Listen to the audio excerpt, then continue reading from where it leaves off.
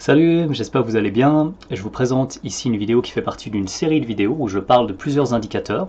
Et donc vous pourrez cliquer en fonction du titre qui vous intéresse. Par exemple, la précédente était sur la pesée. Est-ce qu'il faut se peser une fois par semaine? Tous les jours? Jamais? Quelles sont les alternatives? Pourquoi? Et donc j'essaye de séparer les indicateurs sans pour autant sortir complètement du contexte. C'est pour ça que je fais une série de vidéos avec des titres différents pour que pour pouvoir se retrouver en fait facilement sur ce qui vous intéresse. Mais je vais essayer de garder un fil conducteur qui est celui de changement de composition corporelle.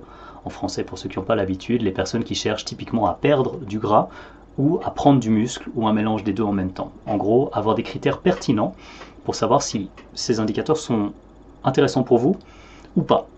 Parce que certains indicateurs, notamment le poids, pose problème avec certaines personnes et pose beaucoup moins de problèmes pour d'autres personnes. Alors ici on va parler des rapports anthropométriques, mais tout particulièrement du tour de taille.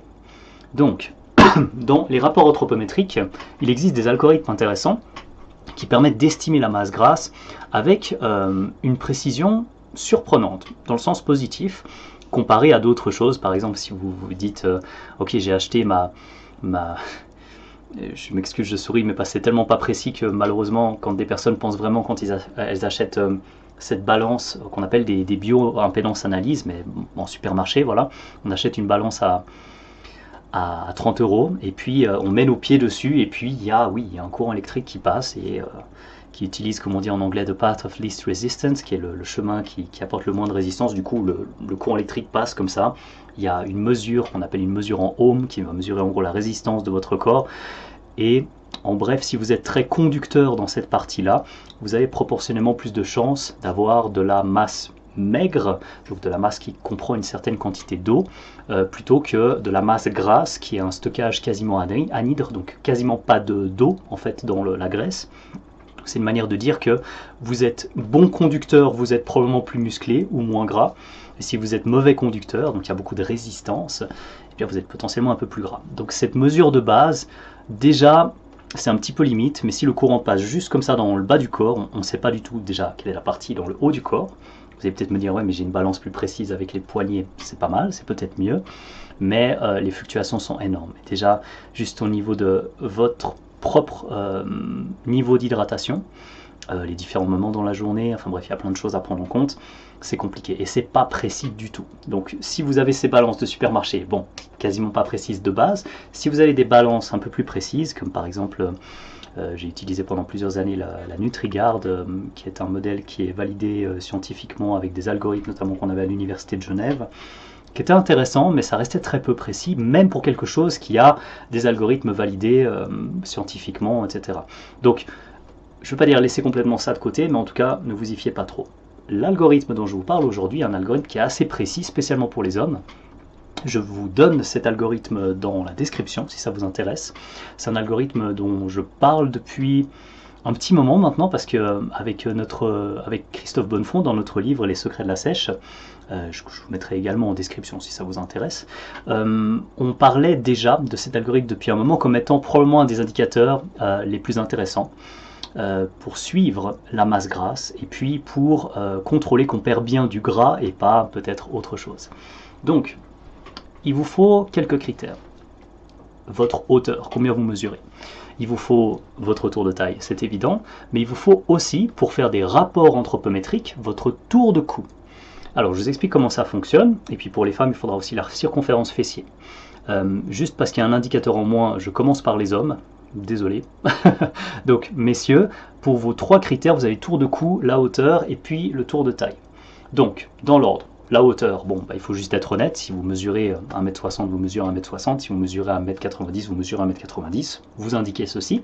Le tour de cou, il faut le mesurer au plus fin. Typiquement, le plus fin, ça va être à la base, vraiment, donc juste en dessous du menton, vous devriez être plus fin ici que là, à vous de vérifier, mais le but c'est mesurer au plus fin, et comme point de repère, prenez peut-être à la base du cou, tout simplement. À la base de la tête, je veux dire.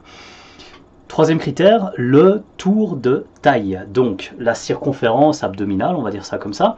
Là, vous la mesurez simplement, vous prenez le nombril et vous faites le tour au niveau du nombril. dernier critère, vous allez inspirer une fois, expirer une fois, sans exagérer, juste pas et vous voulez tellement expirer que vous allez perdre évidemment 2-3 cm de tour de taille. Une inspiration normale, une expiration normale non forcée, et vous prenez la mesure. Mon conseil, prenez en tout cas la mesure 2 fois. Si la mesure est drastiquement différente, prenez-la 3 fois, faites une moyenne, quelque chose, mais en tout cas au tout début, prenez en tout cas la mesure 2 fois, et faire une moyenne, ça semble être une bonne idée. Donc voilà, messieurs pour ça, et puis vous n'aurez plus qu'à noter ça dans le petit tableau que je vous donne. Il est en téléchargement libre, hein, vous n'avez rien besoin de me donner en retour.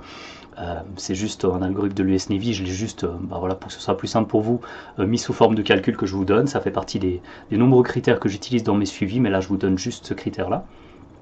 Mesdames, cette fois-ci je viens enfin à votre algorithme qui est légèrement différent parce qu'il faut rajouter une chose et puis il faut modifier la manière dont on prend le tour de taille. Donc même chose que pour les hommes, mesurer sa hauteur, donc sa taille, pareil, simplement être honnête et puis le répertorier. Deuxième critère, identique au niveau du cou, aussi le prendre au plus fin. Et les deux autres critères qui changent, le tour de taille, cette fois-ci, il ne s'agit pas de le prendre au niveau du nombril, mais il s'agit de le prendre là où c'est le plus fin. Donc typiquement, je me lève un instant, si vous avez le nombril ici, typiquement votre taille est un petit peu plus fine, un petit peu plus haute. En général, c'est comme ça que ça se passe.